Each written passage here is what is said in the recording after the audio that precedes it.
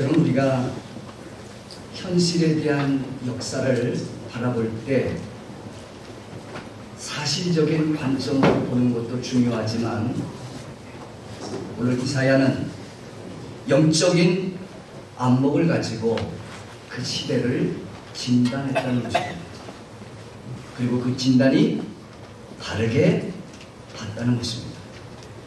우리가 잘 알듯이 우시야 왕 때 이사야 선지자가 활동했던 시대는 정치적으로도 또 종교적으로도 영적으로도 최악이었고 암울했습니다. 그래서 이사야 6장에 보면 우시야 왕이 죽던 해에 하나님이 이사야에게 소명을 주시는 장면이 나오는데, 왜 이사야를 부르는지에 대한 그 시대적 상황을 설명을 합니다. 그 내용이 이사야 6장 8절로부터 10절에 있는 말씀입니다. 제가 읽겠습니다. 8절에 내가 또 주의 목소리를 들으니 주께서 이르시되 내가 누구를 보내며 누가 우리를 위하여 갈꼬 하시니 그때에 내가 이르되 내가 여기 있나이다 나를 보내소서. 여호와께서 이르시되 가서 이 백성에게 이르기를 너희가 듣기는 들어도 깨닫지 못할 것이요 보기는 보아도 알지 못하리라. 이 백성의 마음이 둔하게 하며 그들의 귀가 막히고 그들의 눈이 감기게 하라. 염려하건대 그들이 눈으로 보고 귀로 듣고 마음으로 깨닫고 다시 돌아와 고침을 받을까 하노라 하시기로. 이것이 그 시대에 이사야를 부를 때의 남유다의 영적 상황입니다. 듣기는 들어도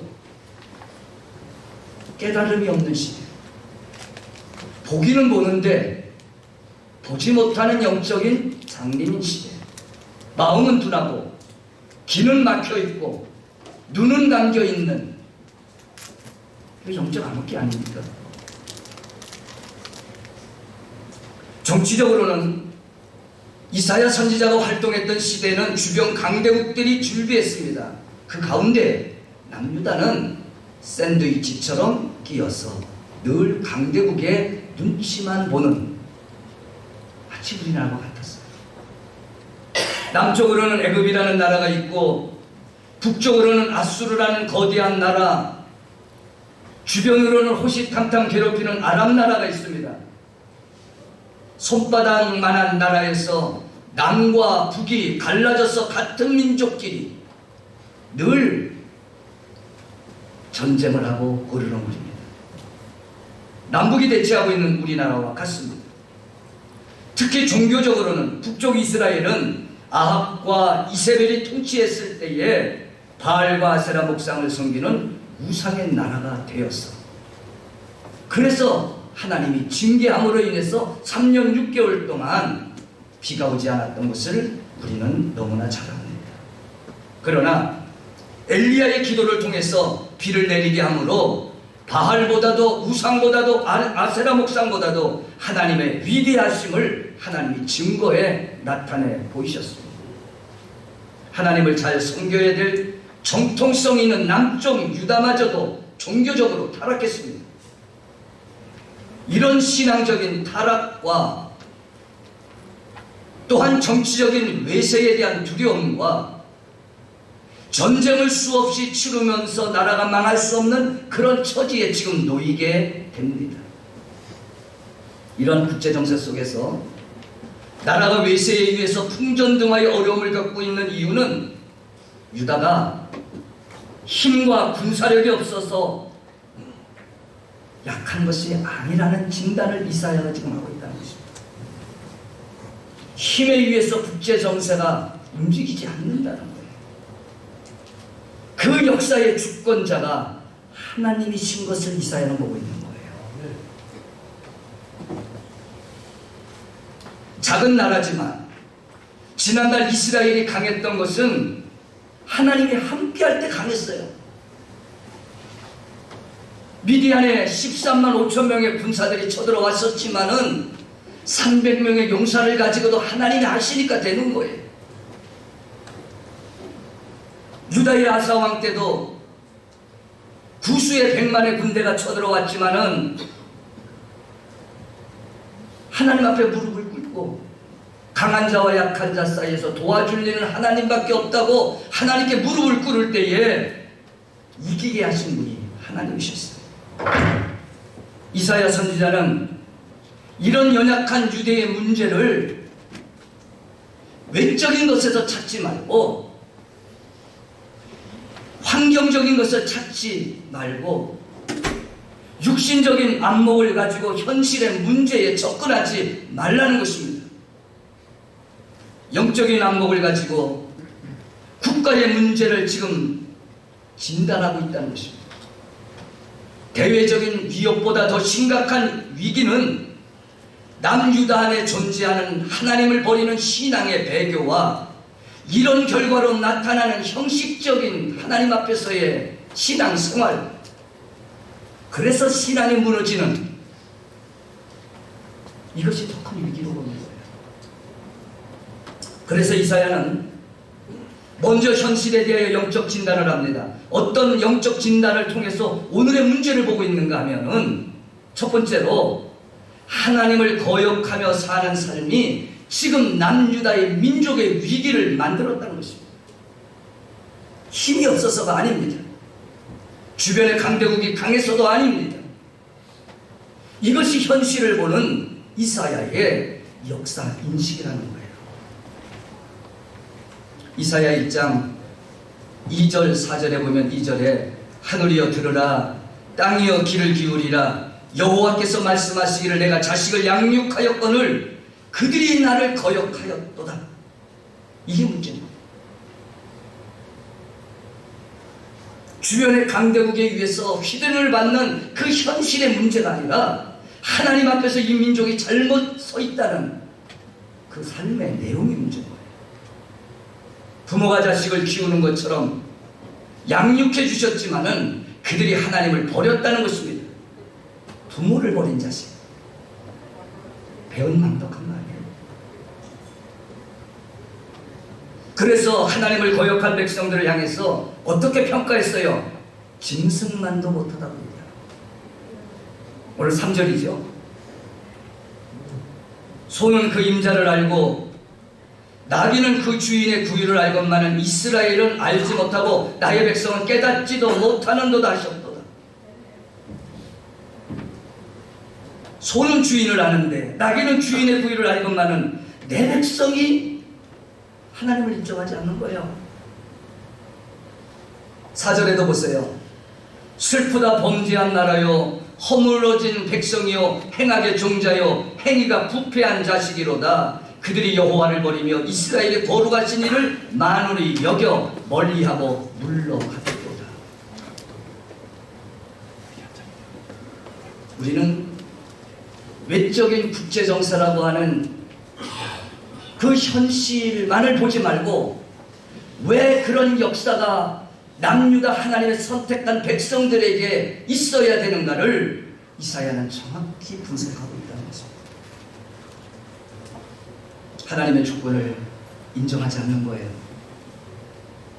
하나님을 가볍게 여기는 거예요.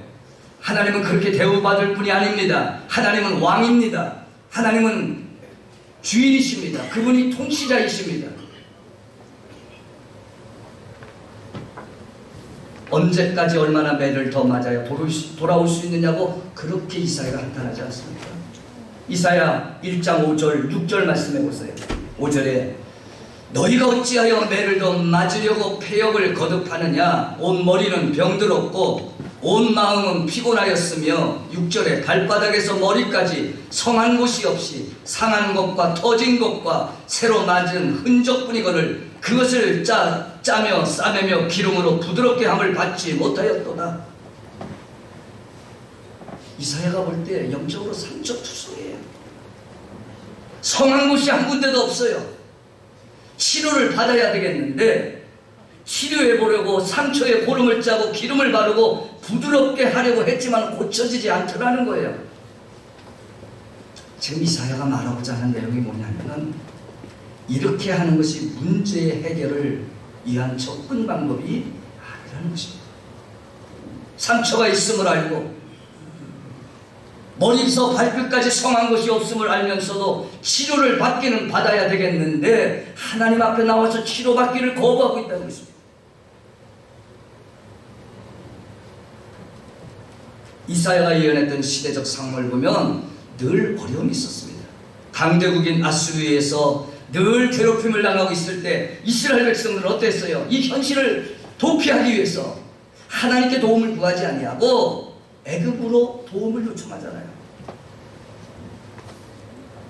그래서 애굽의 군사력을 가지고 문제를 해결해 보려고 할 때 이사야 선지자가 경고하죠. 이사야 30장 2절입니다.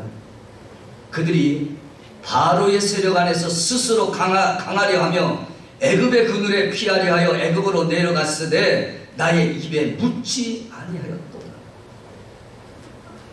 보이는 애굽의 군대에 의지해서 문제를 해결해 보려고 하면서도 정작 그 문제의 진정한 답이 되시고 해결자가 되시는 하나님께는 묻지 않는 거예요.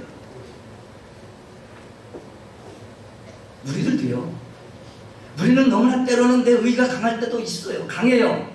하나님께서 어떻게 생각하실 것인가, 하나님께서 어떻게 이 상황을 말씀하실 건가를 생각하지 아니하고 우리는 보이는 현실만을 가지고 우리는 판단하고 생각하려고 해요. 하나님 앞에 묻지 않아요. 하나님의 뜻이 무엇인가를 헤아리지도 않아요. 너무나 우리의 의가 강할 때가 있어요. 그래서 이사야 선지자는 경고합니다.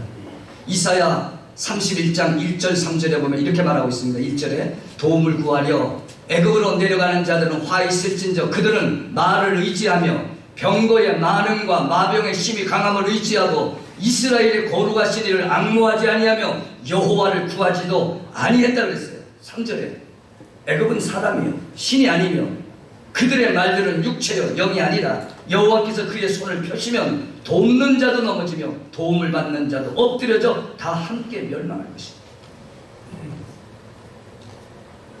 이게 민족적 위기든 교회적 위기든 개인의 위기든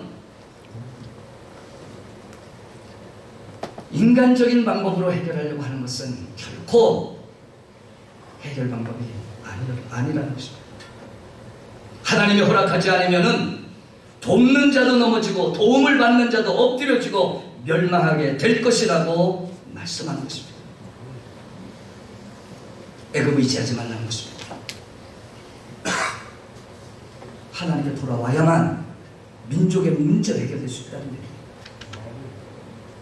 두 번째 문제는 그러니 이들의 삶에 하나님 앞에서 제대로 제사와 예배가 되겠습니까? 맞아요. 하나님의 백성이기 때문에 하나님 앞에 와서 예배는 드려요. 제사는 드려요. 하나님을 인정하지 않는 제사, 예배가 형식적이었어요. 그래서 이사야 1장 11절 12절에서 그 얘기하는 거 아니에요? 11절 여호와께서 말씀하시되 너희의 무수한 재물이 내게 무엇이 유익하뇨? 나는 순양의 번제와 살찐 짐승의 기름에 배불렀고 나는 수송아지나 어린 양이나 순염소의 피를 기뻐하지 아니하노라. 그 이유가 뭐지요? 너희가 내 앞에 보이려고 오니 이것을 누가 너희에게 요구하였느냐? 내 마당만 밟을 뿐이니라. 예배가 있고 기도만 있어요. 문제는 그 형식이에요. 그 하나님의 백성족에 하나님의 왕권과 하나님의 주인 되심, 그 하나님 앞에 겸손히 나를 내려놓는 그러한 자세가 되어 있지 않는 거예요.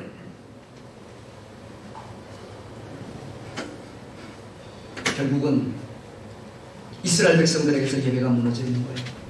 이것이 회복되지 않으면은 지금의 당면한 민족적 위기 해결할 수 없다는 얘기예요. 세 번째로 마지막으로 우리가 볼 수 있는 것은 남유다가 바벨론에 멸망당하고 망하게 되는 이유가 된다면 그것은 힘의 문제가 아니에요. 하나님과의 관계에서의 잘못된 설정이에요. 그래서 이사야가 뭐라 그랬어요? 1장 18절 우리 잘 아는 말씀이잖아요. 여호와께서 말씀하시되 오라 우리가 서로 변론하자. 너희의 죄가 주홍 같을지라도 눈같이 희어질 것이요 진홍같이 붉을지라도 양털같이 희게 되리라. 무엇이 문제라는 것입니까? 바로 하나님과의 관계가 엉망인 거예요. 나타난 현상만 보지 말라는 거예요. 나타난 국가적인 위기만 보지 말라는 것입니다. 지금 하나님과의 관계가 잘못되어 있다는 거예요. 그래서 나와 좀 변론 좀 하자는 거예요. 해결 좀 하자는 거예요. 얘기 좀 하자는 거예요. 무엇이라는 것들인지. 이사야 1장 21절에 보면 신실하던 성읍이 어찌하여 창기가 되었는고 정의가 거기에 충만하였고 공의가 그 가운데 거하였더니 이제는 살인자들 뿐이로다. 지금 바벨론에 의해서 멸망당하고 아수르에서 북이스라엘이 멸망당하는 이 현실적인 문제는 나타난 현상의 문제가 아니라는 것을 보고 있는 거예요. 하나님 앞에서의 잘못된 삶이 이런 결과가 초래됐다는 것입니다. 결코 힘이 없어서가 아닙니다. 그래서 하나님께 순종하기를 이사야는 요구합니다. 이사야 1장 19절 20절에 보면은 19절에 너희가 순종하면 땅의 아름다운 소산을 먹을 것이요 너희가 거절하면 배반하면 칼에 삼켜지리라 여호와의 입에 말이니라. 거역하면 하나님은요 하나님의 택한 백성을 버릴 수 없기에 주변 국가들을 통해서 칼로 보응하시겠다고 말씀하십니다.